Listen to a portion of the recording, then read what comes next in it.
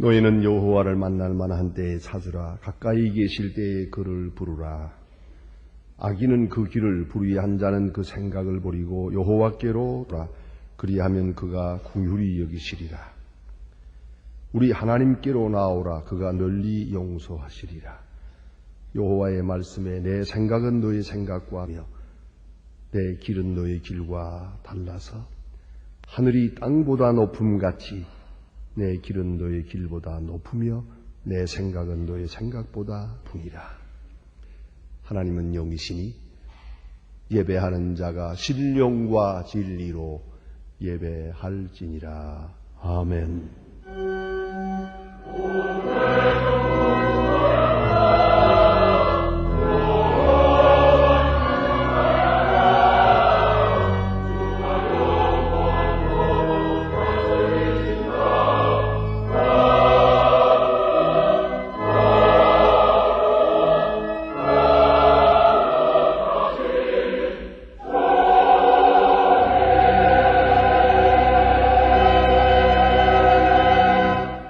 영원히 찬양을 받으실 주 여호와 우리 하나님, 그 놀라우신 능력과 크신 은총을 인하여 주께 영광 돌립니다.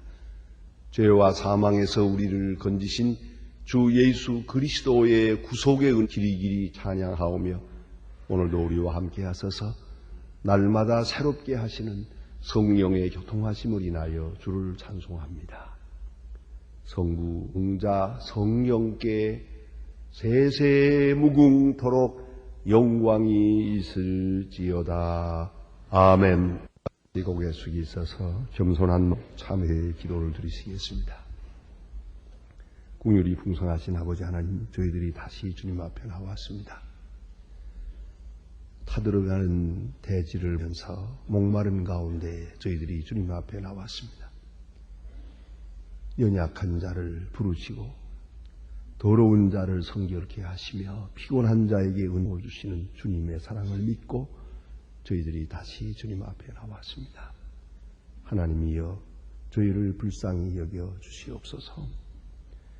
많은 은혜에 살고 있건만 은혜를 모르고 살았고 오직 주의 능력으로 살아가고 있건만 우리 힘으로 사는 것처럼 때로 우리의 의지의 지식, 우리의 과학기술에 의존하면서 교만하게 행동한 것을 자복하오니 용서하여 주시옵소서.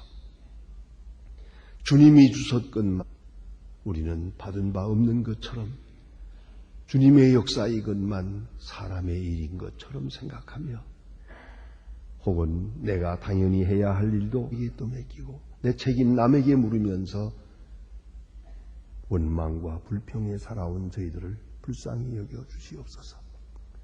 이렇게 은혜를 모르는 자들에게 계속 은혜 베푸시고 한량없는 은창을 더하시건만 주여, 주의 은혜에 합당하게 감사하지 못하고 주의 은혜에 보답 없이 산 것을 자복하오니 주여 용서하여 주시옵소서.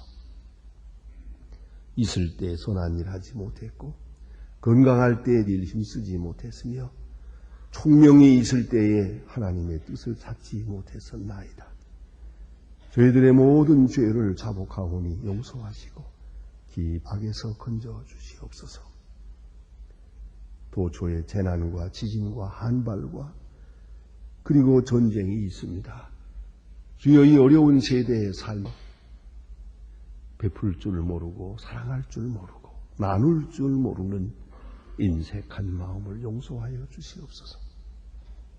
나 하나만 살처럼, 나 하나만 사면 되는 것처럼 착각을 하는 저희들의 불신함과 이기적인 죄악을 주님 앞에 자복하오니 주여 용서 주시옵소서. 지금은 하나님과 나만이 아는 죄를 생각하며 묵묵히 참회의 기도를 계속합니다.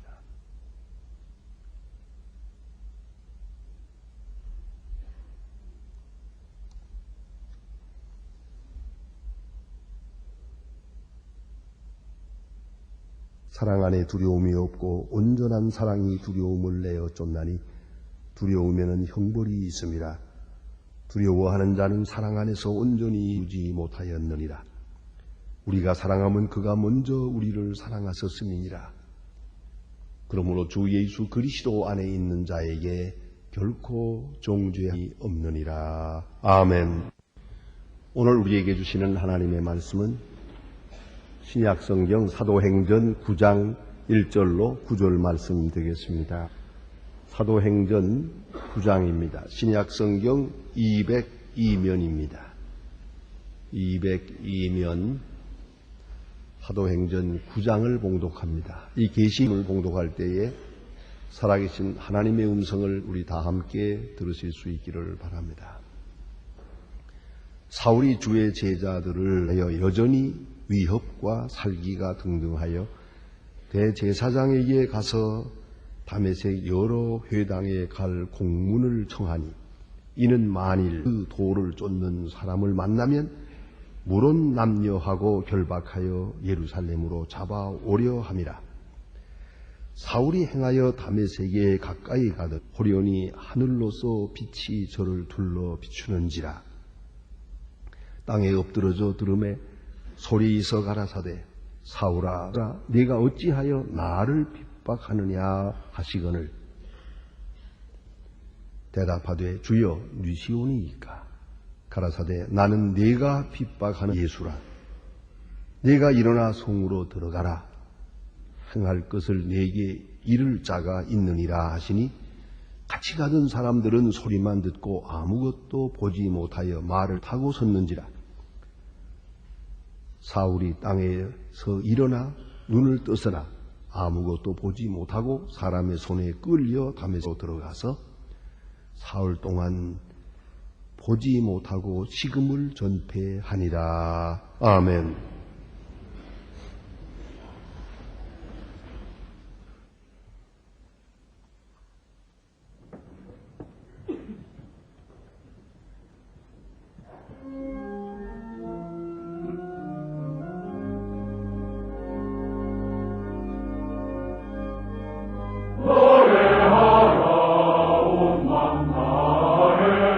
이 사랑의 노를 상대가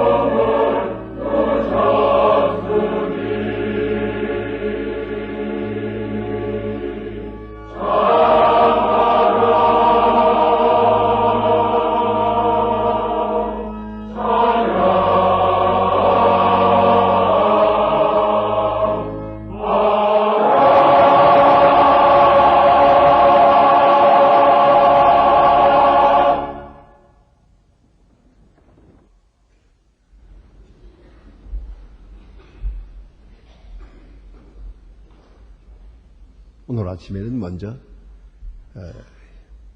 군인 생활의 면을 한번 소개할까 합니다. 전쟁 상황에서 말입니다. 전쟁터에 나가 있는 군인들은 언제나 민감합니다. 실전 상황에서 보초를 쓰고 있다고 하는 것 대단히 불안합니다. 하룻밤 천년처럼 길게 느껴집니다. 밤중에 보초를 쓰고 있을 때 말입니다. 어두움 속에 어떤 소리가 들릴 때마다 온 정신이 그리로 기웁니다. 그리고 나타나면 누구야 하고 총을 들여대고 소리 지르게 되어 있습니다. 그건 자연한 반사작용입니다. 누구냐? 다시 말하면 자기 정체를 밝히라는 겁니다. 그러기 위해서 다음으로 하는 말이 있습니다. 암호 그럽니다. 상대방에서 그날 밤에 정해진 정확한 암호를 대지 못하면 가차없이 총으로 쏴버립니다. 그가 누구냐 하는 것이 상관없습니다. 문제는 누구냐를 밝혀야 됩니다. 내가 누구라는 것과 그리고 암호를 통해서 내가 무엇 때문에 여기 있다는 것을 밝혀야 됩니다. 이것이 아니면 그대로 쏴버리고 맙니다. 이것이 전쟁 상황에 있는 아주 쉽게 있어지는 현실이고 또한 그대로가 사실이었습니다. 또 오늘도 마찬가지입니다.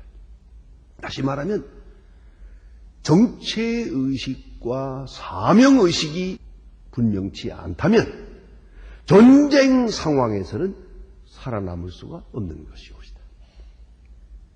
살아 있어야 할 가치가 없습니다. 내가 누구냐? 나는 무엇을 위하여 여기 존재하느냐? 그것을 확실하게 또 말해야 합니다. 입을 다물면 그대로 쏘아버립니다. 사람 하나가 변화된다고 하는 거 참 힘듭니다. 여러분, 많은 세월을 살아가면서 자기 자신도 그렇거니와 다른 것을 한번 보세요. 사람 하나 달라진다는 거 얼마나 어렵습니까?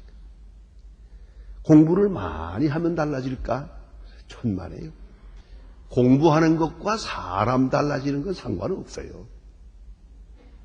많은 경험을 하면 달라질까?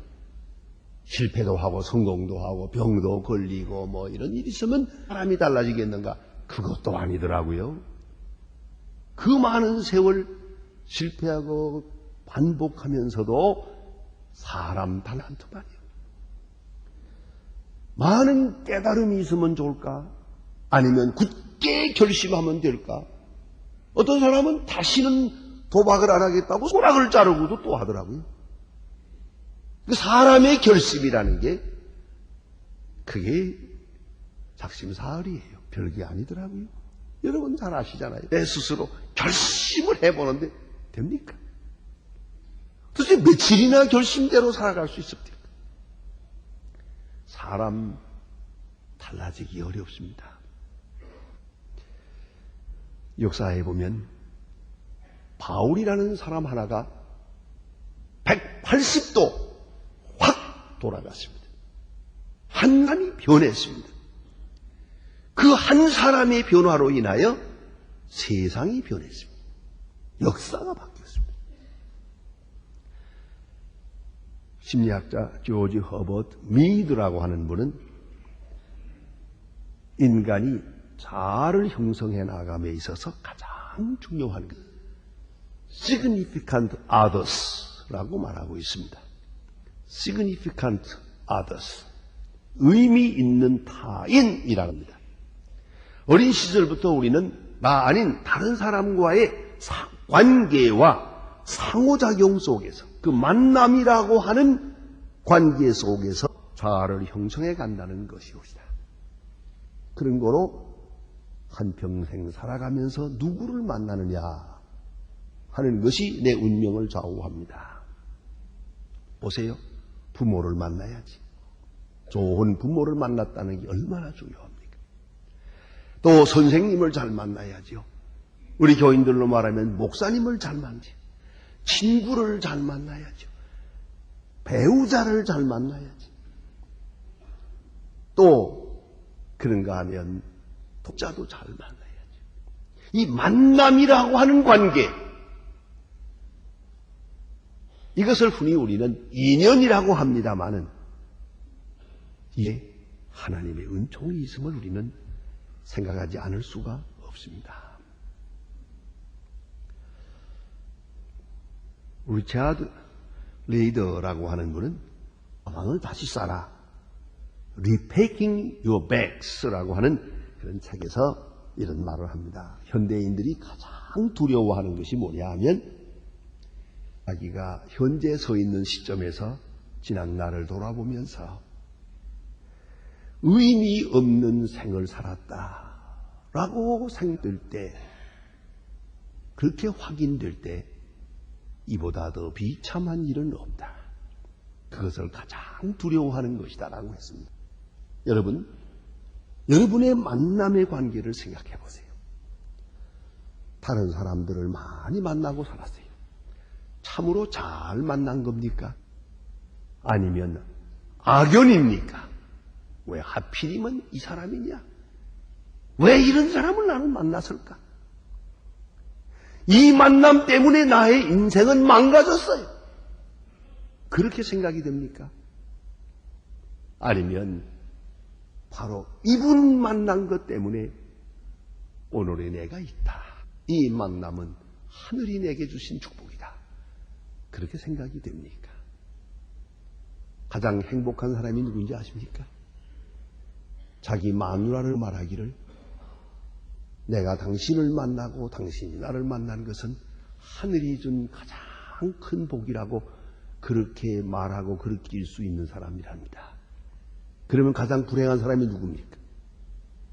이 왼수야, 뭐 그런 사람이지. 하필이면 왜 내가 너를 만났겠냐, 그 시간에. 왜 그 장소에서 내가 너를 만나가지고 이렇게 망가졌냐. 이렇게 생각하고 사는 사람이 제일 불행한 사람이에요. 여러분, 너무 직선적으로 말씀드립니다만은 너무 귀한 이 얘기에 제가 꼭 얘기하고 싶습니다. 저희 교회에 정문술 집사님이라고 있어요. 전 미래산업회인데 이분이 요 근자에 3천억이라는 재산을 카이스트에 연구비로 이렇게 기증을 했습니다. 그래서 화제가 됐습니다. 상한의 화제요. 3천억을 과학기술원에 바쳤다. 어떤 이유일까? 이야기는 간단합니다. 그가 그 사업이 부진하고 연구 발전이 잘 안 돼가지고 고민할 때, 회사가 아주 어려울 때, 부탁도 하지 않은 건데, 찾아가서 얘기한 것도 아닌데, 본인이 직접 나와서 첨단 기술을 전수해 줌으로써 회사가 살아났습니다. 그 고마움이 한평생 내가 잊을 수가 없어요. 본인이 찾아와서 그 첨단 기술을 전수해 주었기에 어떻게든지 나는 이 평생 이를 갚고 싶었어요. 그래서 3천억을 드렸다 하는 얘기입니다. 300억을 드렸다 하는 얘기입니다. 그 사람은 누구냐? 이광형이라고 하는 현재 카이스트의 교수입니다. 그런데 그는 묻습니다. 당신은 어째서 그 회사에 찾아가서 그 좋은 훌륭한 기술을 전수해 주었습니까? 그분은 대답합니다.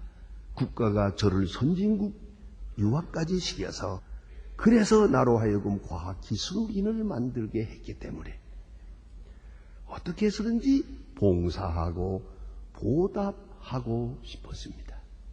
자, 이제 이 정문술 회장과 이광현 교수의 만남, 이야말로 가장 아름다운 만남이요, 또 은혜로 생각하고 은혜를 아는 사람들의 만남의 관계였고 그들의 운명을 바꾸어 놓았습니다. 여러분, 내가 찾아가서 만나는 것을 탐 만남이라고 하겠지만 타인이 나를 찾아와서 만나주실 때 이것은 은총적인 겁니다. 인연이 아니라 이건 은총입니다. 그걸 잊지 말아야 합니다. 오늘 본문에 사도 바울의 회심에 대한 이야기가 있다. 바울이 예수 그리스도를 만나서 새 사람이 되는 장면입니다. 이 이야기는 사도행전에만도 같은 이야기가 3번 기록됩니다. 본문과 22장 6절 이하, 26장 12절 이하에 기록됩니다. 모름지기 한평생 전도하러 다닐 때 어디 가서든지 자기가 예수를 만난 이야기는 계속적으로 말했을 거라고 생각이 됩니다. 너무나도 중요한 문제니까요. 그러나 오늘 본문에 나타난 이야기를 자세히 종합해 보면 그리스도의 역사로 나타납니다. 우리 그리스도를 발견한 게 아니고 그리스도가 바울을 찾았다는 것이옵니다. 창조적이고 강권적이고 일방적입니다. 그리스도 바울을 찾아 바울을 만나주십니다. 특별히 가는 길을 막고 만나주십니다. 나름대로 철학도 있고 생각도 있고 사명도 있었습니다. 자기 나름대로 소신이 있었습니다. 이렇게 해야 될 거라고, 이것만이 옳은 길 생각을 하고 그는 다메섹을 향하여 가고 있습니다. 스데반을 죽이는 일에 가담했고, 그리고 예수를 추종하는 사람 몽땅 잡아다가 죽여야겠다고 생각을 하고 다메섹에서 그 먼 길, 예루살렘에서 그 먼 길 다메섹까지 가는 거예요. 공문을 받아가지고 체포령을 받아가지고 하는 길입니다.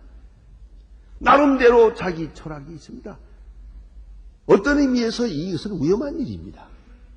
왜냐하면 너 죽고 나 살자가 아니에요. 너 죽고 나 죽자예요. 이런 사람들은 절대 용납해서는 안 된다고 생각했어요.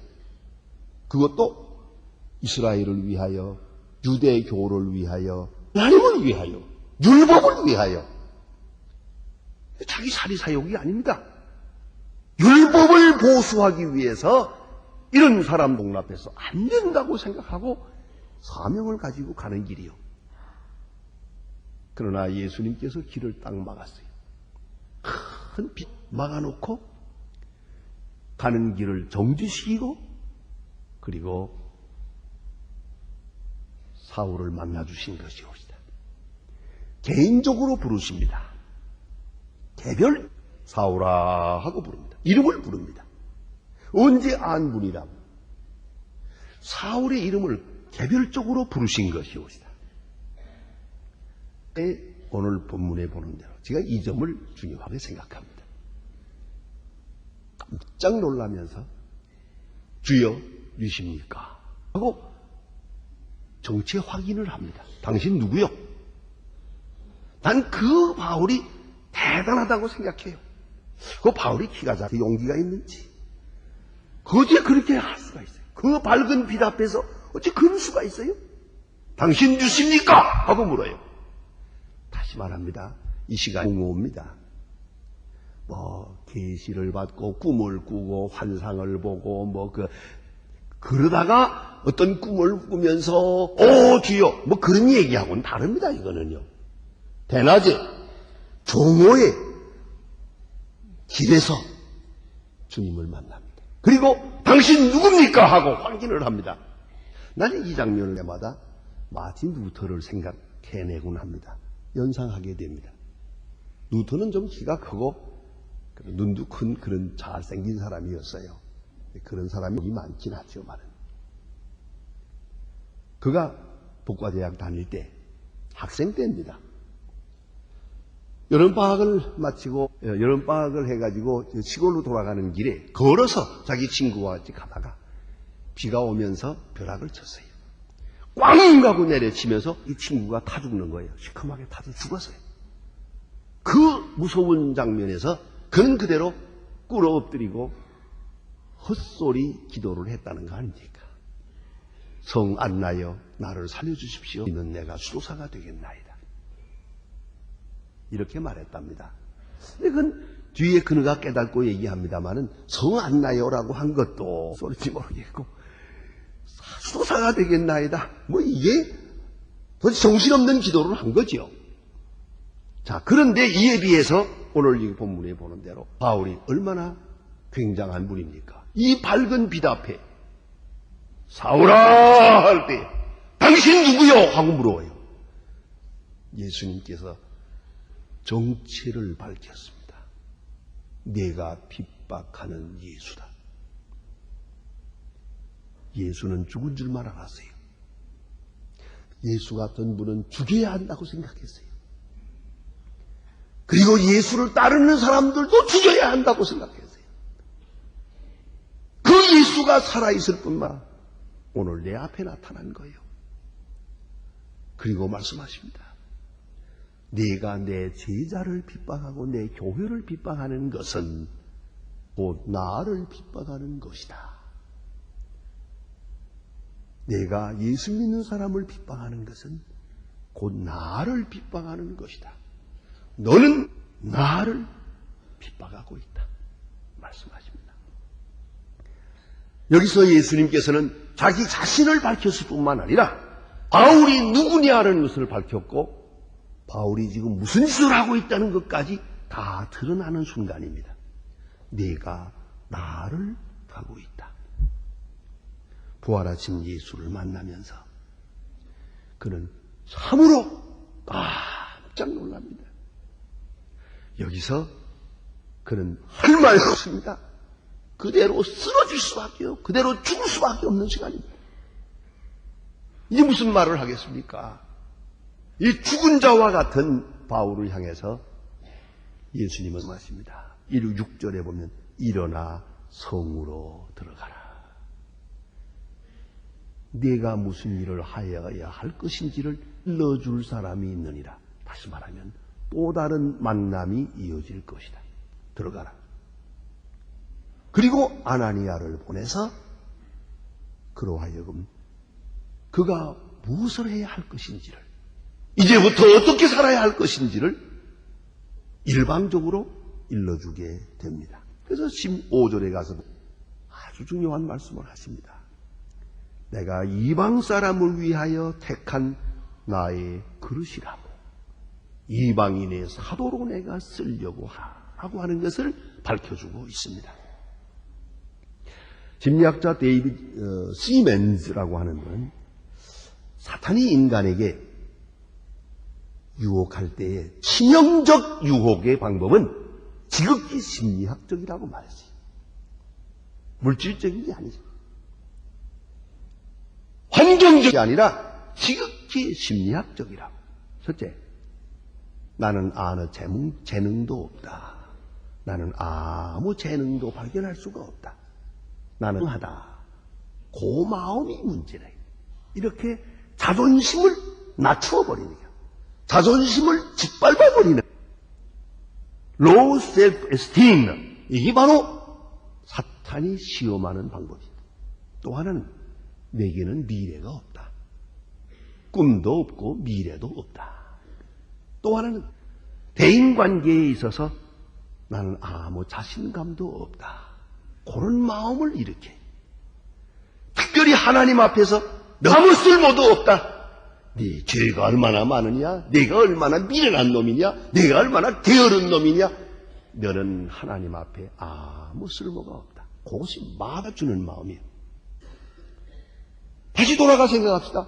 사도 바울이 누굽니까? 예수 믿는 사람을 핍박했습니다. 예수 믿는 사람을 죽게 가담했습니다. 또 잡아다 죽이려고 담에색까지 가는 바락바락하는 이런 사람입니다. 하나님이 이 사람도 필요했습니다.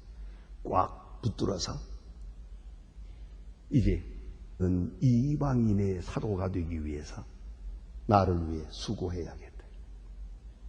그를 사용하시게 됩니다. 그를 고용하시게 됩니다. 사도 바울님께 말합니다. 나는 빌립보 3장 12절에서 말합니다. 그리스도께 편바된 것을 잡으려 쫓아가더라. 나는 그리스도께 포로가 되었다. 내가 살고자 하던 방향은 이게 아니다. 내가 사랑했던 것도 이것이 아니다. 내가 목적 삼았던 것도 이게 아니다. 그런데 나 같은 죄인을, 교회를 핍박한 나를 붙들어서 포로해서 주의 사람 만들었기에 나를 사로잡은 그리스도 핀받은 그것을 잡으려고 쫓아간다고 말합니다. 여러분, 구약 성경으로 돌아가 보면 모세라는 사람입니다. 모세가 하나님을 만날 때가 80세입니다. 바로 궁전에서 40년, 미디안 광야에 허갓집 양을 치면서 이리저리 배회하는 지가 40년입니다. 인생으로 말하면 세상 다 살았습니다. 보잘것없습니다. 이렇게 하게 한평생이 지나갈 수밖에 없었습니다. 그러나 그는 호렙산에서 주님을 만나게 됩니다. 주님을 만나는 순간 역사의 의미가 바뀝니다. 과거의 80년이 하나하나 새로운 의미를 가집니다. 오늘이 있기 위해서 있었던 일이에요. 그의 많은 수도 이 시간엔 새로운 의미를 가집니다. 그리고 하나님께서는 그 모세를 통하여 이스라엘을 구원하십니다. 모세가 하나님을 만났다는 그 만남이라고 하는 것이 이렇게 엄청난 의미를 바꾸어 놓았다는 말입니다. 사도 바울은 예수를 만났습니다. 그래서 자기 자신을 알게 됐고 내가 무엇을 하고 있는가를, 내가 누구를 알게 됩니다. 바울은 예수를 만나서 자기 정체를 알고 자기 사명을 알고 자기 남은 운명도 알게 됐습니다. 그러나 다시 한번 생각해야 합니다. 바울이 예수를 찾아 만난 게 아니라 예수께서 바울을 만나 주십니다. 바울은 길을 막고 만나 주었습니다. 네가 나를 핍박하는구나 말씀하시고 다시 말씀하십니다. 네가 나를 위해서 수고해야겠다고. 이것이 중요한 만남이 옵시다. 주연이십니까? 오늘도 우리는 질문해야겠습니다. 주님은 말씀하십니다. 주님과 나와의 바른 만남, 바른 정체의식, 그 속에 내 새로운 생의 출발이 있는 것입니다. 기도하십니다.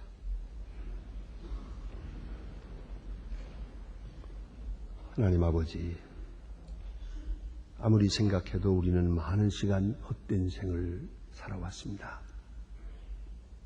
이제 우리는 주님을 만나게 하시고 주님을 만나 확실히 아는 동안에 나의 나됨을 알게 하시고 내가 어느 시점에 있는 것도 알게 해서 오늘 주님을 만나는 이것을 기점으로 해서 새로운 의미의 생을 살아가게 하시고 모든 만남의 은총적 의미를 깊이 깨닫는 귀한 시간 되게 해주시고 그 모든 사건 속에 부르심과 사명이 있어 알게 하여 주시옵소서.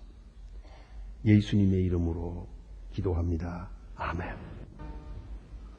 지금은 우리를 구원하신 주 예수 그리스도의 역사의 주인이신 아버지 하나님의 사랑과 우리의 믿음, 우리의 삶의 의미를 날마다 새롭게 하시는 성령의 감동 충만하시니 모인 중에 이제와 영원토록 함께 계실지어다. 아멘.